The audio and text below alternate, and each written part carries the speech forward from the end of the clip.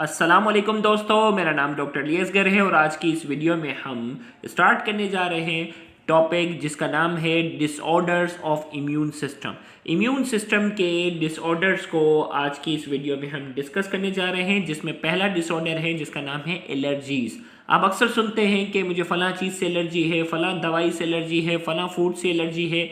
तो आज की इस वीडियो में हम एलर्जीज़ के कॉन्सेप्ट को डिटेल में डिस्कस करने जाएंगे और इसके बाद जो हमारा अगला टॉपिक होगा वो होगा ऑटो इम्यून डिसऑर्डर। दोनों को वन बाय वन हम जो है वो डिस्कस करने जाएंगे। तो आज के इस लेक्चर को शुरू करने से पहले एज यूजुअल आपसे रिक्वेस्ट करेंगे कि अगर आपने अब तक हमारे इस चैनल को सब्सक्राइब नहीं किया, जो कि सिंध बोर्ड टीचिंग के नाम से है, तो काइंडली आज ही आप हमारे इस चैनल को सब्सक्राइब करें और साथ ही साथ बेल आइकन को लाजमी क्लिक करें ताकि हमारी अपलोड करदा तमाम इंपॉर्टेंट वीडियोस की नोटिफिकेशन भी आपको रिसीव हो सके। तो आइए हम स्टार्ट करते हैं एलर्जीज। एलर्जीज हमारे पास क्या है? Sometimes our immune system response to certain normally harmless substance called allergens. Such response is term as allergy. यहाँ हम ये कहते हैं कि कभी कभार क्या होता है कि हमारा इम्यून सिस्टम जो होता है कुछ ऐसी चीज़ों को भी रेस्पॉन्स करना शुरू कर देता है जो क्या होती हैं, हार्मलेस। आपको मालूम है इम्यून सिस्टम का काम है हार्मफुल चीज़ों के खिलाफ क्या करना, रिस्पॉन्स प्रोवाइड करना। लेकिन कभी कभार हमारा इम्यून सिस्टम जो है वो हार्मलेस चीज़ों के खिलाफ भी क्या करता है, अपना रिस्पॉन्स प्रोवाइड करना शुरू कर देता है। और वो हार्मलेस चीज़ें क्या कहलाती हैं? एलर्जीन्स कहलाती है। क्या कहलाती हैं? एलर्जीज। और इस किस्म के रिस्पॉन्स को यानी हार्मलेस चीज़ों के खिलाफ, यानी जो चीज़ हमें नुकसान नहीं पहुंचा सकती, उनके खिलाफ अगर इम्यून सिस्टम रेस्पॉन्स करना शुरू कर दे, एक्शन लेना शुरू कर दे, तो इस पूरे प्रोसेस को हम कहते हैं एलर्जी। अब ये जो एलर्जीन है, जो हार्मलेस चीज़ें हैं जिसके खिलाफ इम्यून सिस्टम रेस्पॉन्स दे सकता है, वो क्या है? पोलेंस, पोलन ग्रेन्स होते हैं जो प्लांट्स होते हैं, मोल्ड्स फंजाई वाले पार्ट्स हैं, पेट डेंडर्स जो जानवर होते हैं उनके जो फर है, स्किन का जो पार्ट है उसकी, सर्टेन ड्रग्स कुछ दवायाँ, सम फूड कुछ खाने से भी ये एलर्जी हो सकती है।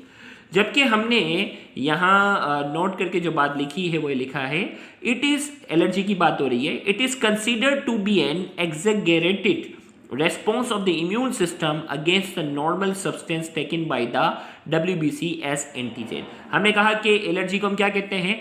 एक्सेगरेटेड। एक्सेगरेटेड का मतलब ज़रूरत से ज़्यादा रिस्पॉन्स। भाई हार्मलेस चीज़ों को तो रिस्पॉन्स नहीं करना चाहिए, लेकिन कुछ लोगों के अंदर ये रिस्पॉन्स जो होता है वो बहुत ज़्यादा हो जाता है, तो इसीलिए हम कहते हैं it is considered to be an exaggerated response of the immune system. ये इम्यून सिस्टम का क्या है? एक्सेगरेटेड, ज़रूरत से ज़्यादा ये रिस्पॉन्स कहलाता है, जिसकी वजह से एलर्जी होती है against the normal substance, normal चीज़ों के खिलाफ, taken by the WBC as antigen, जो कि WBC जो है वो उन चीज़ों को एंटीजन के तौर पे क्या करते हैं? डिटेक्ट करते हैं। अब जो वो यहाँ बात करते हैं example of common allergies. Common allergies की क्या एग्जाम्पल है? राइनाइटिस। आपको मालूम होगा मट्टी धुएं से अक्सर राइनाइटिस में क्या होता है? नाक बहती है, नाक से पानी बहना शुरू हो जाता है। तो मट्टी, धुएं, जानवर, इन चीज़ों से क्या होता है? अक्सर नज़ला और ये होना शुरू हो जाता है, जिससे नाक से पानी आना शुरू हो जाता है, वो राइनाइटिस कहलाता है। एस्थमा, दमे का जो मसला होता है जिसमें सांस लेने में मसला हो जाता है मट्टी धुएं वगैरह की वजह से।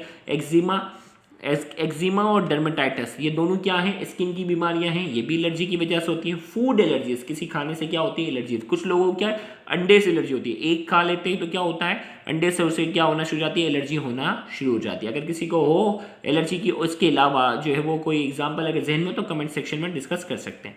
अब मैकेनिज्म क्या होता है, आइए हम बात करते हैं दर हकीकत एलर्जी में होता क्या है।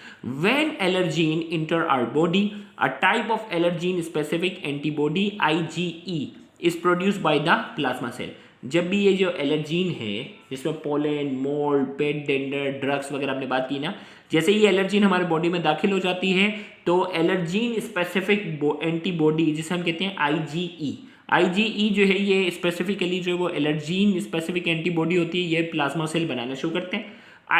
IgE combines with allergen, allergen से जो है वो कंबाइन होगा upon secretion in blood to form IgE allergen complex. होगा ये कि ये IgE जो है वो प्लाज्मा सेल बनाएगा और ये IgE ब्लड में आ जाएगा और एलर्जीन के साथ क्या हो जाएगा? अटैच हो जाएगा, जिसके नतीजे में क्या बनेगा? IgE एलर्जीन कॉम्प्लेक्स बनेगा।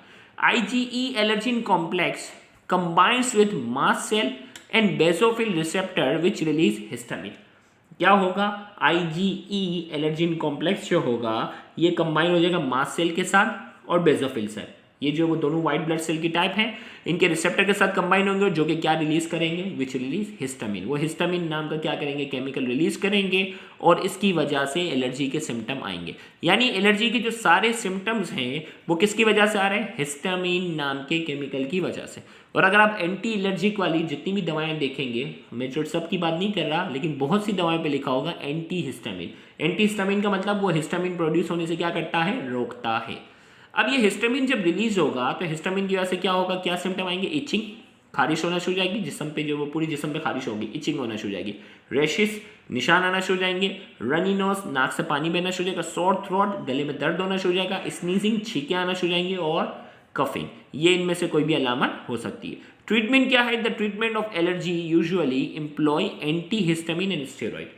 यहाँ जो है वो इसका ट्रीटमेंट है वो क्या है, एंटी हिस्टामिन, वो दवाएं लो जो हिस्टामिन को रिलीज ना होने दें, या स्टेरॉइड। स्टेरॉइड हमारे इम्यून सिस्टम को क्या कर देता है, इसके रिस्पॉन्स को कम कर देता है। तो यहाँ जाकर हमने पहला डिसऑर्डर जो एलर्जीज के हवाले से था आज की इस वीडियो में हमने डिस्कस किया। इंशाल्लाह अगले लेक्चर में हम ऑटो इम्यून डिसऑर्डर को डिस्कस करेंगे, तो उस लेक्चर को भी देखना मत भूलिएगा। थैंक यू वेरी मच, अल्लाह हाफिज़।